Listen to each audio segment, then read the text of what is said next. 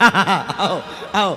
कई लोग ऐसे हैं वो पूजा करते जाए। एक जगह तो हम एक जगह गए तो वो पूजा कर रहे थे, यार स्तुति गा रहे थे, श्री रामचंद्र कृपालु भजमन हरणो भव दारुणम, और इधर रील खिसका रहे थे। तो हम कहा भाई ये कुछ कर लो, ये स्तुति बंद कर दो, यही चलाओ। हाँ उनका रील ही चलाओ, काहे को स्तुति कर रहे। अरे बोले नहीं महाराज चेक कर रहे थे न्यूज का है। हमने कहा वो बाद में नहीं कर सका था न्यूज चेक, लेकिन ठीक है भगवान की मंदिरों में भी। अब आजकल तो ये भगवान इस मोबाइल इतनी खराब, कुछ लोग ये दो आदतें बहुत खराब हैं, एक गुटखा की एक मोबाइल की। कुछ लोग सोच कर्म करने जाते हैं तो बिना खाए नहीं जाते, खा के ही जाएंगे।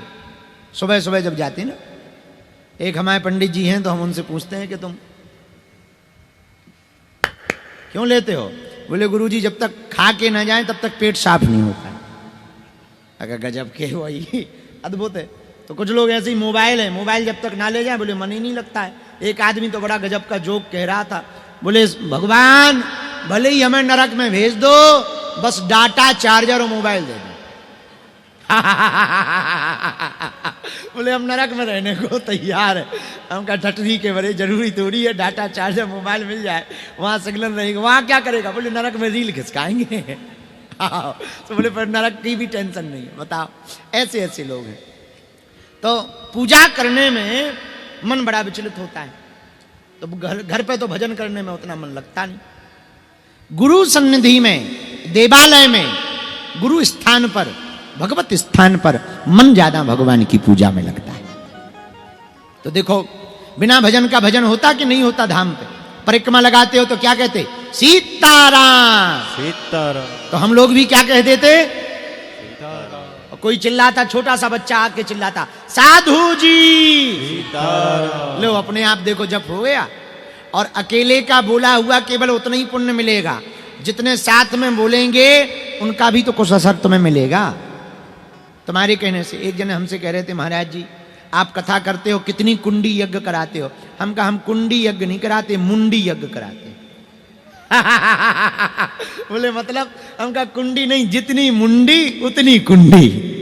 और हमारी कथा में जितनी मुंडी बैठ जाए उतनी कुंडी कथा है।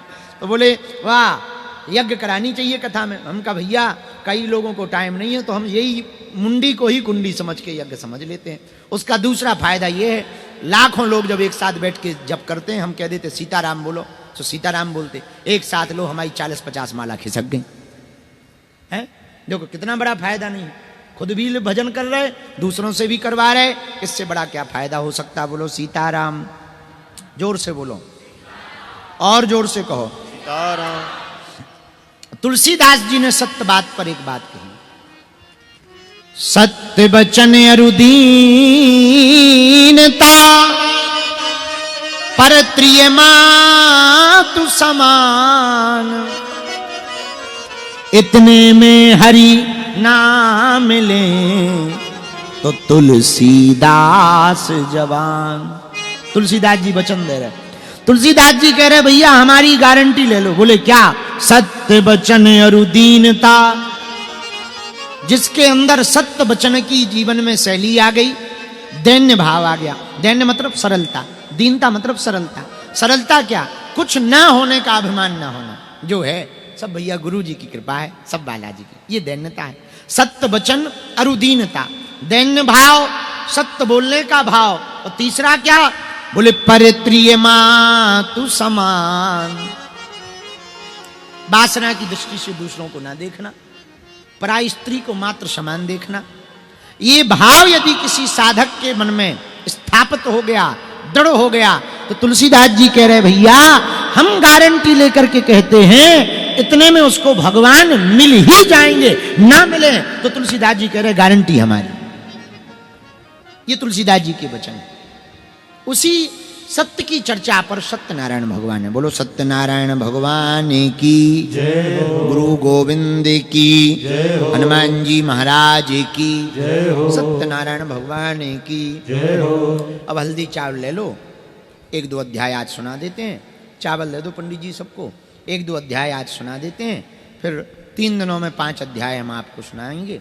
जो फिर भगवान की प्रेरणा होगी सो रोज हम आपको सुनाते जाएंगे। 2 मिनट नाम संकीर्तन पहले गा लो, नारायण नाम कीर्तन गा लो, इसके बाद में श्रीमन्नारायण नारायण नारायण श्रीमन्नारायण नारायण नारायण भजमन नारायण नारायण नारायण नारायण नारायण नारायण लक्ष्मी नारायण नारायण नारायण लक्ष्मी नारायण नारायण नारायण श्रीमन नारायण नारायण नारायण श्रीमन्नारायण नारायण नारायण जो नारायण नाम लेते जो नारायण नाम लेते हैं पाप होते सब छारायण पाप होते सब छारायण हाँ पाप होते सब छारायण पाप होते सब छारायण श्रीमन्नारायण नारायण नारायण श्रीमन्नारायण नारायण नारायण भजमन नारायण नारायण नारायण भजमन नारायण नारायण नारायण लक्ष्मी नारायण भगवान की जय हो गौ माता की जय हो गुरु गोविंद की जय हो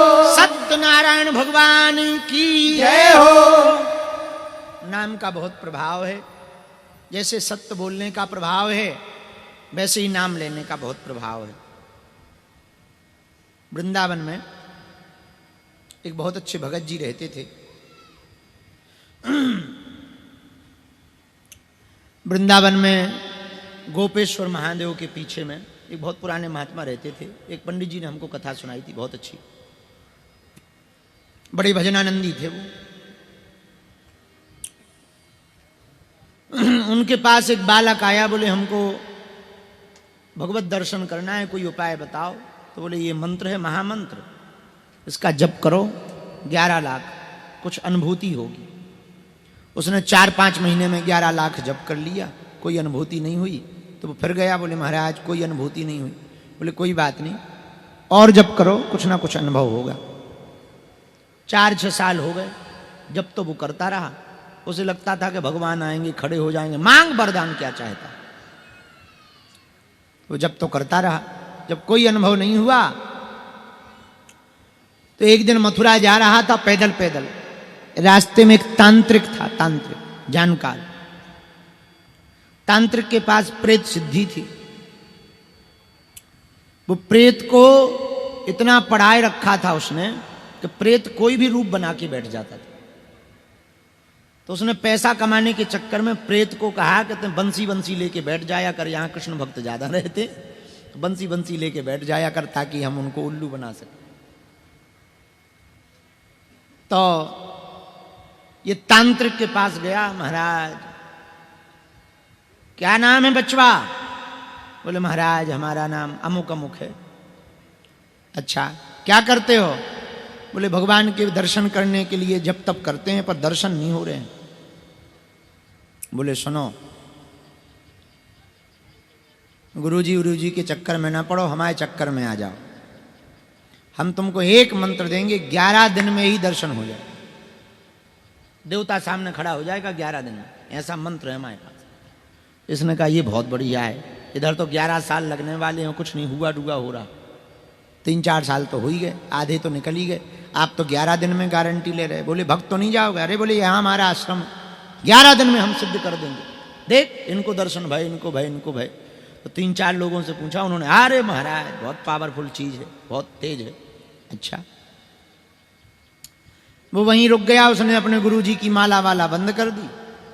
उसने तांत्रिक ने जो मंत्र बाचा दी वो बाचा करने लगा। रात भर जप करे, दिन भर सोए, रात भर जप करे।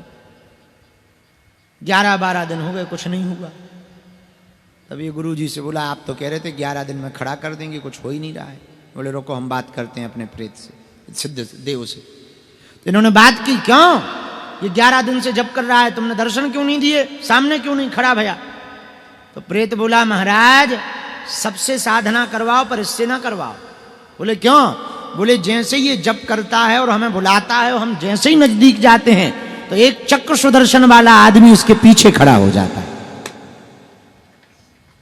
तो हम जा नहीं पाते नजदीक, और शरीर में जलन और होती है, और हम तो कहेंगे इसको आश्रम में मत रखो, नहीं तो हम तुम्हें खा जाएंगे। गुरुजी से बोला वो प्रेत, अपने फिर ढूंढे तुम, तो बोले हम तुमको खा जाएंगे। तो उस बालक को ये बात अमुक वो तांत्रिक ने बताई कि भैया बहुत खतरनाक बात है, ऐसी ऐसी बात है,